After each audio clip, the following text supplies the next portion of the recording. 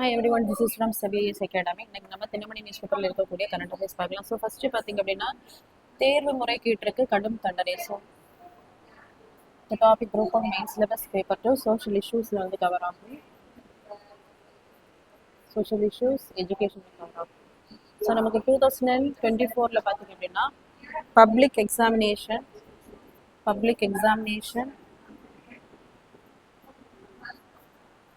Prevention of unfair means act வந்து கொண்டு வந்திருப்பாங்க 2024ஆம் ஆண்டு. ஸோ அதில் பார்த்தீங்க அப்படின்னா அந்த நியாயமான தேர்வுக்கு எதிராக முறைகேடு செய்கிறவங்களுக்கு 3 முதல் 5 ஆண்டுகள் வரை தண்டனைகள் வந்து வழங்கப்படும். அதே மாதிரி திட்டமிட்டு இதில் ஈடுபடக்கூடியவங்களுக்கு 5 முதல் 10 ஆண்டுகள் வந்து தண்டனை வழங்கப்பட்டிருக்கும். அதே மாதிரி 1 கோடி அவங்க அபராதமும் செலுத்த வேண்டும். தற்போது பார்த்தீங்கன்னா இந்த சட்டத்தை வந்து இன்னும் வந்து ஸ்ட்ராங்காக கொண்டு வர போறாங்க. அதற்காக பார்த்தீங்க அப்படின்னா முறைகேட்டில் ஈடுபடுபவர்களுக்கு 5 ஆண்டு முதல் 10 ஆண்டுகள் வரை சிறை தண்டனையும் அதே மாதிரி 10 கோடி வரை அபராதமும் விதிக்க இருக்கு. ஸோ இதை வந்து செயல்படுத்தக்கூடிய மினிஸ்ட்ரி பார்த்தீங்க அப்படின்னா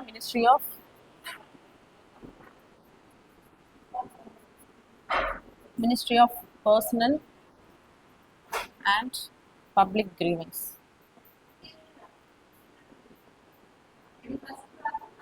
ஸோ நெக்ஸ்ட் பார்த்தீங்க அப்படின்னா வந்தே மாதரம் பாடலை அவமதிப்பது தண்டனைக்குரிய குற்றம், மாநிலங்களவையில் மசோதா அறிமுகம். ஸோ இந்த topic group on main syllabus paper 2 ஹானர்ஸ்ல வந்து கவர் ஆகும். ஸோ இதுக்கு முன்னாடியே பார்த்தீங்க அப்படின்னா நமக்கு prevention of insult to national honour act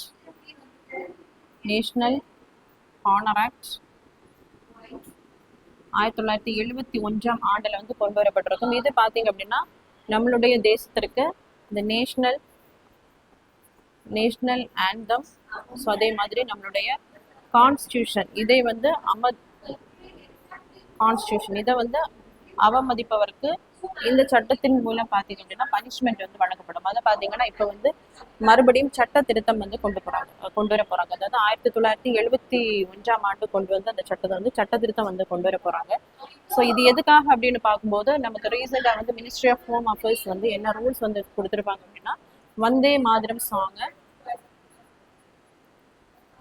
6 அடிகள் கண்டிப்பாக பாட வேண்டும்.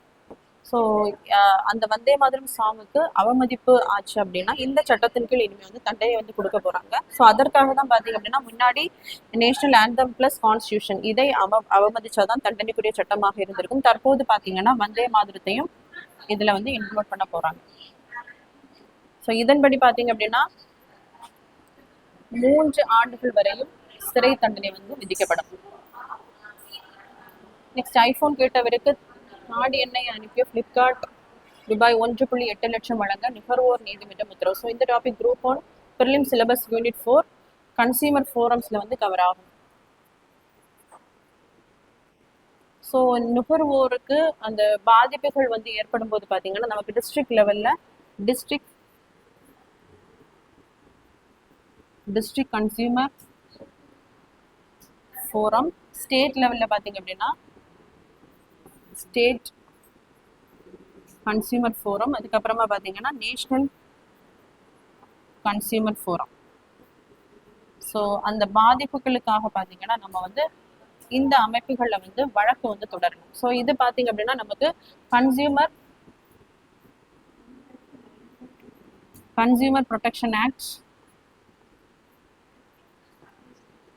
1986 கொண்டு வந்திருப்பாங்க. அதை பார்த்தீங்க அப்படின்னா 2019 ரிப்பீல் பண்ணிட்டு மறுபடியும் கன்சியூமர் ப்ரொடெக்ஷன் ஆக்டை வந்து 2019 புதுசாக கொண்டு வந்திருப்பாங்க. அதுக்கான ரூல்ஸ் அண்ட் ரெகுலேஷன்ஸ் பார்த்தீங்கன்னா 2021 வந்து கொண்டு வந்திருப்பாங்க. அதன் அடிப்படையில் பார்த்தீங்கன்னா 50 லட்சம் வரைக்கும் உள்ள அந்த பிரச்சனைகளுக்கு நம்ம வந்து இப்போ ஒவ்வொரு ஸ்டேட்லையும் நிறைய டிஸ்ட்ரிக்ட் கன்சியூமர் ஃபோரம்ஸ் வந்து இருக்கும். ஸோ 50 லட்சம் வரைக்கும் உள்ள அந்த பாதிப்பு பிரச்சனைகளுக்கு நம்ம என்ன பண்ணலாம்னா டிஸ்ட்ரிக்ட் கன்சியூமர் ஃபோரத்துக்கிட்ட போகலாம். அதுவே நம்ம 50 லட்சம் to 2 crores வரைக்கும் நம்ம வந்து ஸ்டேட் கன்சியூமர் ஃபோரம் கிட்ட அணுகலாம். அதுக்கப்புறமா 2 crores மேலே பார்த்தீங்க அப்படின்னா நம்ம வந்து நேஷனல் கன்சியூமர் ஃபோரம் கிட்ட நம்மளுடைய பாதிப்புகளுக்கு அவங்களுக்கு என்ன பண்ணலாம், அவங்க கிட்ட போய் நம்ம என்ன பண்ணலாம்னா நீதியை வந்து கேட்டுக்கொள்ளலாம்.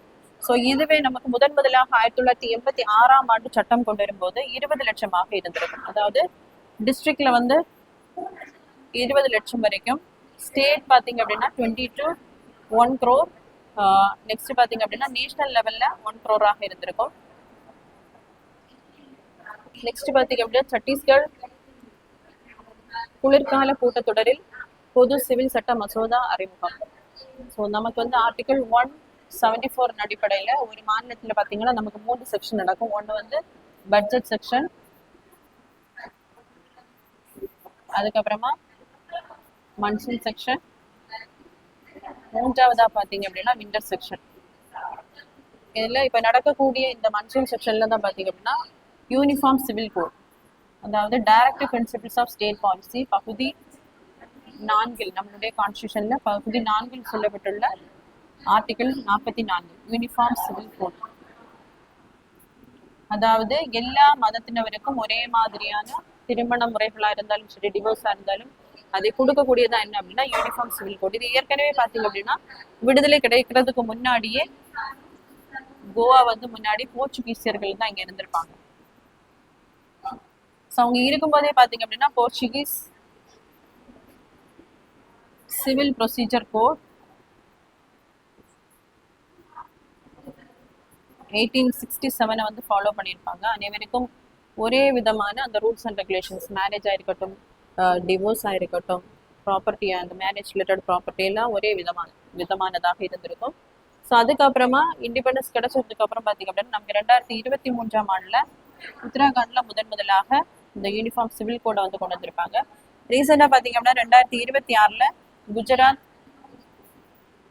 அஸ்ஸாம், அடுத்ததா பார்த்தீங்க அப்படின்னா மத்திய பிரதேசம், இந்த மாநிலங்கள்ல வந்து கொண்டு வந்திருக்காங்க மசோதாவை. தற்போது பார்த்தீங்க அப்படின்னா சட்டம் கொண்டு வந்துட்டாங்க. ஸோ தற்போது பார்த்தீங்க அப்படின்னா சத்தீஸ்கர்லையும் இந்த பொது சிவில் சட்ட மசோதா வந்து அறிமுகம் பண்ண போறாங்க இந்த மன்சூன் செக்ஷன். தென்காசி அருகே 400 ஆண்டுகள் பழமையான சதி கற்கள். ஸோ இந்த topic group 1 main syllabus paper 3 Tamil சொசைட்டில வந்து கவர் ஆகும். தென்காசியில் இருக்கக்கூடிய சீவநல்லூர்ல பார்த்தீங்க அப்படின்னா 2 சதி கற்கள் வந்து கிடைச்சிருக்கு. ஸோ பண்டைய காலத்தில் கணவன் இறந்து விட்டால் விரும்பியோ அல்லது வற்புறுத்தலின் காரணமாகவோ அந்த எரிக்கும் சிதையில என்ன பண்ணணும் அப்படின்னா பெண்களும் அதுல விழுந்து வந்து இறந்து போயிடணும்.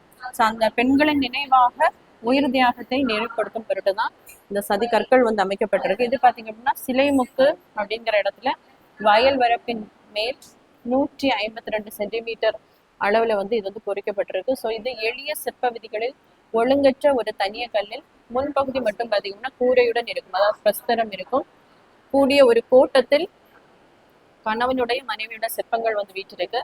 இது அந்த நிலத்துக்கு அடியில பாத்தீங்க அப்படின்னா 3க்கு 4 அடி அளவுகளுடன் மண்ணில் ஆழ புதைந்த நிலையில வந்து இருக்கு. அதே மாதிரி இடதுபுறம் கல்லில மட்டும் பாத்தீங்க அப்படின்னா எழுத்து பொறுப்பு இருக்கு. உச்சியில பாத்தீங்கன்னா எளிய ஸ்தூபி. அதே மாதிரி வலதுபுற கல்வெட்டுமே எதுவுமே இல்லை. ஆனால் கூரையில் கூடு மட்டும் வடிவமைக்கப்பட்டுள்ளது. ஸோ இரண்டும் ஒரு மேடையில் பாத்தீங்கன்னா ஆண் தனது இடது காலை மடித்து வலது காலை தொங்கவிட்டு அமர்ந்த நிலையிலும் இடது கை தொடை மீது வைத்து மிகுதியாக ஆடை அணிகலன்கள் அணிந்த நிலையிலும் இந்த சிற்பங்கள் வந்து இருக்கு. அதே மாதிரி வலது காலை பார்த்தீங்கன்னா ஒட்டி தரையை நோக்கிய நிலையில் கையில் ஒரு நீண்ட வாளுடன் இருப்பதை வந்து அவர் ஒரு வீரராக இருந்திருக்கலாம் அப்படின்னு குறிப்பிடப்படுகிறது. ஸோ உயிர் தியாகம் செய்த 2 பெண்களும் இடது காலை தொங்கவிட்டு வலது காலை மடித்து அமர்ந்த நிலையில வந்து வீற்றிருக்காங்க. அதே மாதிரி இது வந்து கிபி 17ஆம் நூற்றாண்டு இது வந்து அந்த மாதிரி இருக்கக்கூடிய சதி கற்கள்ல சங்கர நாயினார் பிறவியார் கணவனை பிரியாத்தாள் அப்படின்னு குறிப்பிடப்பட்டிருக்கு. அதாவது பெண்களுடைய பேர் வந்து தனியாவே குறிப்பிடப்படலை, கணவனின் பேரோடு சேர்த்து அல்லது சேர்க்காமலோ கணவனை பிரியாத்தாள் அப்படின்னு எல்லா சதி கற்கள்லுமே மோஸ்ட்லி அந்த தென்காசியில கிடைச்ச எல்லா சதி கற்கள்லுமே குறிப்பிடப்பட்டிருக்கு.